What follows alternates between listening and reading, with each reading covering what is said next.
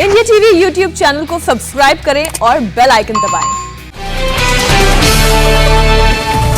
गुरुवार को होगा भूपेंद्र पटेल मंत्रिमंडल का शपथ ग्रहण। 27 विधायक लेंगे मंत्री पद की शपथ। दोपहर 1:30 बजे होगा शपथ ग्रहण समारोह। भूपेंद्र पटेल मंत्रिमंडल में कोई भी पुराना चेहरा नहीं होगा। विजय रूपाणी कैबिनेट में शामिल सभी 22 मंत्री हटाए जाएंगे। कैबिनेट में सारे नए चेहरे होंगे शामिल। विजय रूपाणी ने कहा, पार्टी ने आने वाले चुनाव को देखकर नेतृत्व में किया परिवर्तन।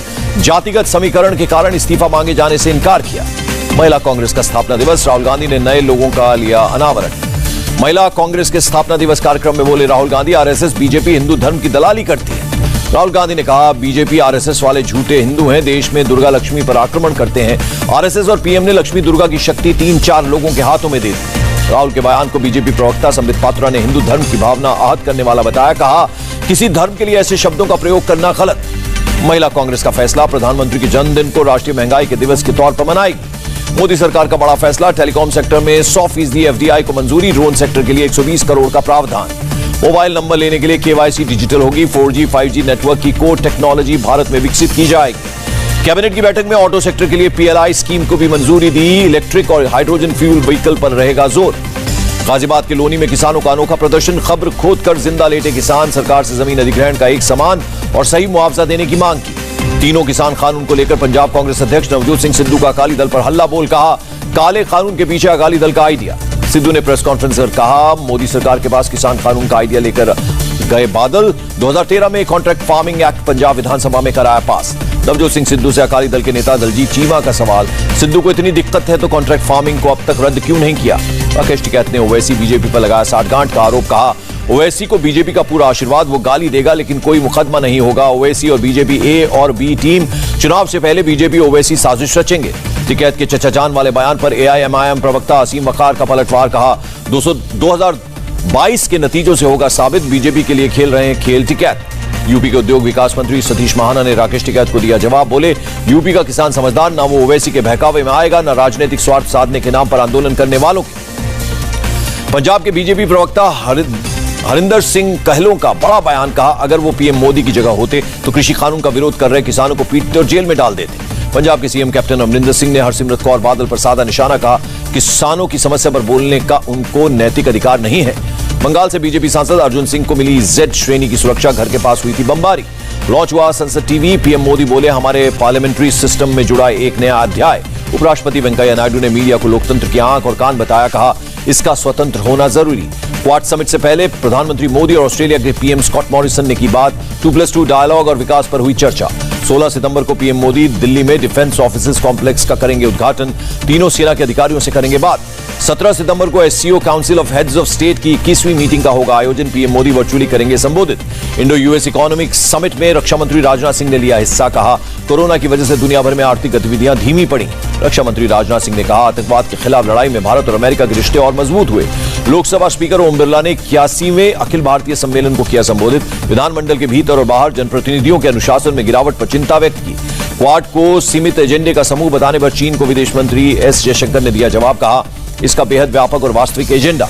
संयुक्त राष्ट्र मानवाधिकार आयोग की बैठक में भारत ने जताई नाराजगी। कहा, भारत के खिलाफ पाकिस्तान हमेशा इस प्लेटफॉर्म का करता है गलत इस्तेमाल। बैठक में भारत के प्रतिनिधि ने कहा, पाकिस्तान अधिकृत कश्मीर में मानवाधिकार का होता है उल्लंघन, इससे ध्यान भटकाना चाहता है पाकिस्तान। UNHRC में जम्मू कश्मीर का मुद्दा उठाने पर इस्लामी सहयोग संगठन को भारत की दो टूक, हमारे आंतरिक मामलों में दखल न दे कहा। NCRB के मुताबिक हर दिन 77 महिलाओं के साथ हुआ रेप। साल में कुल 28,046 केस हुए दर्ज। साल 2020 में देश में हर रोज हुए 80 मर्डर, यूपी में हुए सबसे ज्यादा मर्डर। NCRB के डाटा के मुताबिक साल 2020 में लॉकडाउन के दौरान चोरी, डकैती, महिलाओं और बच्चों से हिंसा में हुई कमी। कोरोना नियमों के उल्लंघन के मामले बढ़े। Retired lieutenant general Gurmeet Singh बने उत्तराखंड के नए गवर्नर। राजभवन में हाईकोर्ट के मुख्य न्यायाधीश RS चौहान ने दिलाई शपथ। तमिलनाडु के पूर्व CM CN अन्नादुरई की 113वीं जयंती, CM स्टालिन और पूर्व CM पलनीसामी ने श्रद्धांजलि अर्पित की। यूपी कांग्रेस ने पार्टी का टिकट मांगने वालों से 11,000 रुपए का दान करने के लिए कहा। यूपी कांग्रेस अध्यक्ष अजय कुमार लल्लू ने जारी किया आदेश। उम्मीदवारों से 11,000 रुपए का चंदा मांगने पर अजय लल्लू की सफाई। कहा, चंदा नहीं, सहयोग राशि कोई राजनीतिक पार्टी सहयोग से ही चलती है। उत्तर प्रदेश और मणिपुर का चुनाव लड़ेगी JDU। बीजेपी से गठबंधन की कोशिश, बात नहीं बनी तो अकेले लड़ेगी चुनाव। JDU के यूपी से चुनाव लड़ने पर बोले बिहार के पूर्व डिप्टी CM तेजस्वी यादव। कहा, दूसरे राज्यों को छोड़िए, जनता दल यूनाइटेड बिहार की तीसरी नंबर की पार्टी है। भवानीपुर पहुंची CM ममता बनर्जी। गुरुद्वारे संत कुटिया पहुंचकर लिया आशीर्वाद। वानीपुर में बोली ममता बनर्जी, किसान आंदोलन को पूरा समर्थन, केंद्र सरकार वापस ले तीनों कानून। बीजेपी उम्मीदवार प्रियंका टिब्रीवाल ने ईसी के नोटिस का दिया जवाब, कहा टीएमसी डर गई है क्योंकि मैंने ममता बनर्जी को चुनौती दी। कांग्रेस के वीडी साठीसन का बयान, केरल में अल्पसंख्यकों को बांटने के लिए एजेंडा बना रहा है संघ। त्योहारों के सीजन में देश को दहलाने की साजिश करने वाले सभी 6 आतंकियों की कोर्ट में पेशी, कोर्ट ने 14 दिन की पुलिस रिमांड पर भेजा। दिल्ली पुलिस और आईबी अधिकारियों ने आतंकियों से शुरू की पूछताछ, मंगलवार को हुई थी गिरफ्तारी। आतंकियों से पूछताछ में खुलासा, पहले भी डी ग्रुप के लिए काम कर चुका है जान मोहम्मद उर्फ शेख उर्फ समीर, हथियार को इधर से उधर लाने के लिए बरेली के मूलचंद उर्फ लाला को किया था hire. Maharashtra ATS chief Vineet Agarwal का बयान, आतंकी जान मोहम्मद का डी कंपनी से पुराना कनेक्शन, जान मोहम्मद ने 9 तारीख को दिल्ली जाने का प्लान बनाया। आतंकियों की गिरफ्तारी पर बोले यूपी के कानून मंत्री ब्रजेश पाठक, ऐसी सजा दें कि कई पीढ़ियां याद करेंगी। टेरर मॉड्यूल पर महाराष्ट्र के गृहमंत्री ने की बड़ी बैठक, मुंबई के पुलिस कमिश्नर और एटीएस चीफ थे मौजूद। बैठक के बाद बोले महाराष्ट्र के गृहमंत्री दिलीप वलसे पाटिल, मीटिंग में अधिकारियों ने दी आतंकियों के बारे में जानकारी। मुंबई में आतंकियों के पकड़े जाने को पूर्व सीएम देवेंद्र फडणवीस ने बताया खतरे की घंटी, कहा मामला बेहद गंभीर, ऐसे लोगों को ढूंढना बेहद जरूरी। सोनू सूद के मुंबई दफ्तर पहुंची आईटी विभाग की टीम, सोनू से जुड़ी कई जगहों पर किया सर्वे। सिंगर हनी सिंह को दिल्ली हाईकोर्ट ने जारी किया नोटिस, पत्नी ने यूएई की संपत्ति में किसी तीसरे के अधिकार पर रोक लगाने की मांग की है। ओबीसी को राजनीतिक आरक्षण देने की मांग पर नागपुर में बीजेपी का प्रदर्शन, बीजेपी कार्यकर्ताओं ने सीएम उद्धव ठाकरे का जलाया पुतला, मुर्दाबाद के लगाए नारे, रास्ता जाम किया। प्रदर्शन में बीजेपी विधायक और संगठन प्रभारी शामिल। प्रदेश महामंत्री चंद्रशेखर बावनकुले का आरोप, सुप्रीम कोर्ट में ओबीसी आरक्षण का पक्ष रखने के लिए महाराष्ट्र सरकार ने नहीं दिया वकील, 6 महीने से टालमटोल कर रही है। महाराष्ट्र के मंत्री छगन भुजबल का बयान, स्थानीय निकाय चुनाव के लिए ओबीसी आरक्षण लागू करने के लिए लाएंगे आदेश। पुणे में 3 लाख की मेफेड्रोन बेचने के आरोप में एक शख्स गिरफ्तार, आरोपी के खिलाफ केस दर्ज। महाराष्ट्र के ठाणे में धोखाधड़ी के मामले में एक आरोपी गिरफ्तार, नौकरी देने के बहाने की 30 लाख की ठगी। मुंबई के बांद्रा में यात्रियों को जानबूझकर घायल कर जबरन कीमती सामान चुराने के मामला, आरोपी गिरफ्तार। महाराष्ट्र के जालना में नाबालिग से रेप का मामला, आरोपी गिरफ्तार। नागपुर में 16 साल की रेप पीड़िता ने किया आत्महत्या, आरोपी को जमानत मिलने पर उठाया कदम। मुंबई क्राइम ब्रांच ने शिवाजी नगर में अवैध गैस कारखाने पर मारा छापा, 14 बड़े और 105 छोटे गैस सिलेंडर के अलावा 541 खाली सिलेंडर बरामद, 5 लोग गिरफ्तार, अवैध तरीके से एलपीजी सिलेंडर में गैस भर रहे थे आरोपी। नरेंद्र दाभोलकर हत्याकांड मामला, पुणे कोर्ट ने 5 आरोपियों के खिलाफ आरोप तय किए। व्हाट्सएप पर आपत्तिजनक मैसेज भेजने का मामला, बॉम्बे हाईकोर्ट ने आरोपी शख्स के खिलाफ एफआईआर वापस लेने से किया इनकार। नागपुर में एक शख्स ने सरेआम अपनी पत्नी को मारा चाकू, मामूली विवाद को लेकर हुआ था झगड़ा। मुंबई के वीर जिजामाता भोसले उद्यान में 7 पेंगुइन बीएमसी पर है रखरखाव का जिम्मा। लखनऊ में सीएम योगी ने फिर लगाया जनता दरबार, लोगों से मिले, सुनी समस्याएं। जनता दरबार के बाद सीएम योगी ने टीम 9 के साथ की मीटिंग, बुखार और डेंगू को लेकर हालात का जायजा लिया। कोरोना की 3rd वेव से निपटने की तैयारियों का भी लिया जायजा।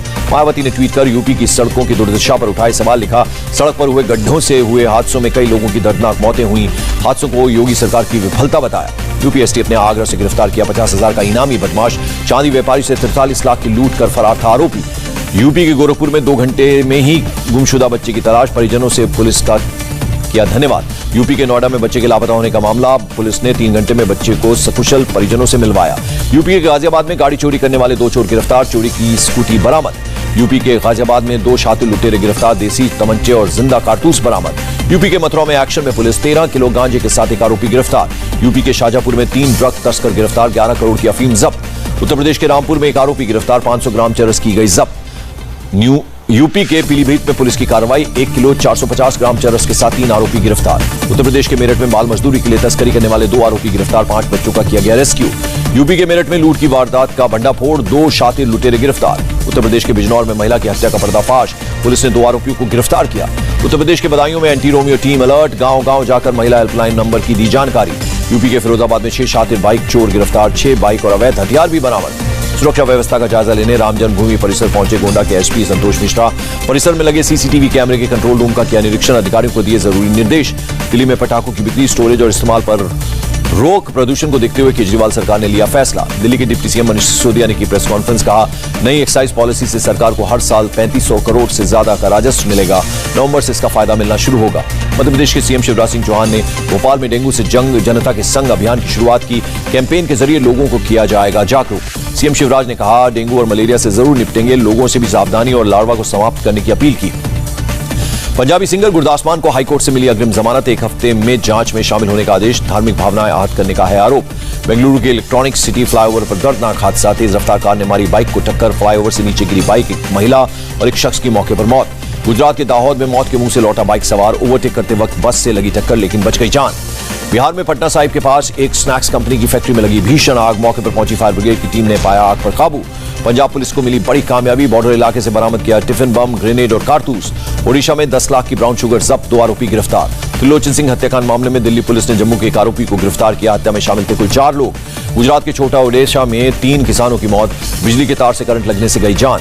स्पुतनिक लाइट के तीसरे फेज के ट्रायल के लिए मिली मंजूरी। स्पुतनिक लाइट की लगेगी सिंगल डोज। देश में कोरोना के 27,487 नए केस सामने आए। 24 घंटे में 281 लोगों की हुई मौत। केरल में कोरोना के 17,681 नए केस। 24 घंटे में 208 लोगों ने तोड़ा दम। आंध्र प्रदेश में कोरोना के 1,445 नए केस। 24 घंटे में 11 लोगों की हुई मौत। दिल्ली में अभी 8वीं क्लास तक के नहीं खुलेंगे स्कूल। डीडीएमए ने जारी किया आदेश। महामारी के बीच दिल्ली वालों की राहत की खबर। गुरुवार से दिल्ली में सार्वजनिक मेलों प्रदर्शनों को इजाजत। पीएम मोदी के बर्थडे पर कर्नाटक में चलेगा रक्तदान और टीकाकरण अभियान। 17 सितंबर हेल्थ केयर पर विजन डॉक्यूमेंट लेकर आएगी सरकार। बंगाल में 30 सितंबर तक बढ़ाया गया नाइट कर्फ्यू। रात 11 से सुबह 5 बजे तक रहेगी पाबंदी। दिल्ली के स्वास्थ्य मंत्री सत्येंद्र जैन का बयान। दिल्ली में डेंगू के अब तक 34 मामले। डेंगू को लेकर सरकार सतर्क। भारतीय दूतावास की मदद से आयरलैंड में पहली बार मनाया गया हिंदी दिवस। भारतीय राजदूत संदीप कुमार ने समझाया हिंदी भाषा का महत्व और गाया हिंदी गाना। तालिबान को लेकर सीडीएस बिपिन रावत का बयान। किसी ने नहीं सोचा था कि तालिबान इतनी जल्द कब्जा करेगा, आगे कुछ भी हो सकता है। अफगानिस्तान में तालिबान ने इंसानियत को फिर किया दागदार। 2 जवान लड़कों को सरेआम फांसी पर लटकाया।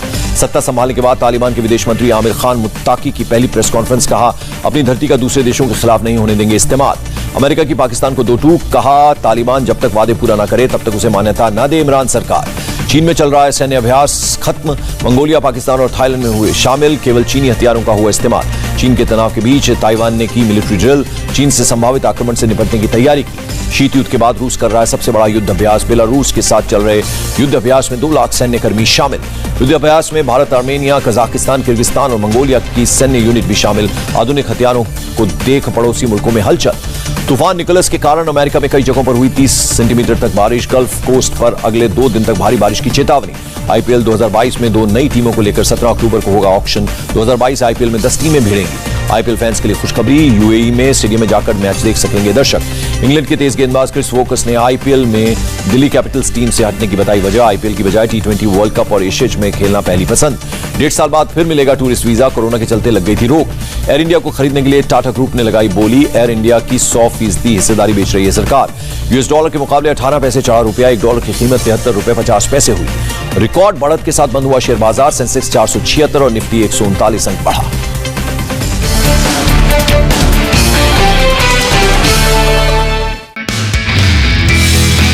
नमस्ते, मैं हूं मीनाक्षी जोशी। वीडियो और खबरों से अपडेट रहने के लिए India TV YouTube channel subscribe करें। बेल आइकन दबाना ना भूलें। जुड़े रहें इंडिया टीवी के साथ।